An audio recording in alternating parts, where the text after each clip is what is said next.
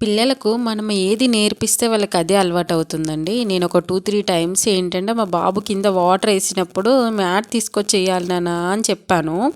So, వాడు water పడగానే direct mat దగ్గరికెళ్ళిపోతాడండి. మీరు ఒకసారి చూడండి. నేను వీడియోలో చూపిస్తాను. ఇది ఎందుకు చూపిస్తున్నానంటే, మనం చిన్నప్పటి నుంచి పిల్లలకి ఏదైతే అలవాటు చేస్తామో వాళ్ళు అదే నేర్చుకుంటారండి. ఎగ్జాంపుల్ ఏంటంటే, ఒక బిస్కెట్ ప్యాకెట్ అనుకోండి కింద పడేశారు ఇంట్లో. సో, తీసుకెళ్ళి డస్ట్‌బిన్‌లో ఎయి నాన్న అని చెప్పాలి మనం. చెప్తే వాళ్ళకి తప్పకుండా చేస్తారండి. చూడండి ఒకసారి మ్యాట్ తీసుకొచ్చి వాటర్ పైన ఏసి చేయితోని మంచిగా ఇట్లా అనేసి కాలుతోని తొక్కేస్తాడు వీడు.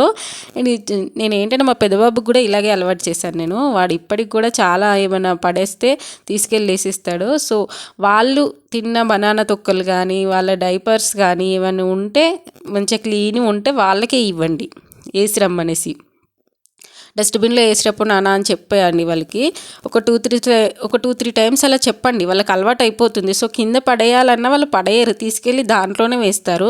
సో, పిల్లలకి చిన్నప్పటి నుంచే ఇది అలవాటు చేయండి నీట్‌నెస్ అనేది. సో, ఎందుకంటే ఇల్లు అనేది అక్కడ ఇక్కడ పడేయకుండా పిల్లలే నీట్‌గా పెట్టేసుకుంటారు ఇలా మనం అలవాటు చేస్తే. అండ్ ఇంకోటి ఏంటంటే మనం ఏదైనా వర్క్ చేస్తున్నప్పుడు వాళ్ళని ఇన్వాల్వ్ అవ్వనియండి. వాళ్ళు ఎంతవరకు చేసినా సరే, ఏ పనిలో అయినా సరే ఇన్వాల్వ్ అవ్వనియండి. ఏం పర్లేదు. ఇన్వాల్వ్ అవ్వనిస్తే పిల్లలు చాలా చక్కగా పెరుగుతారండి. ఓకేనా?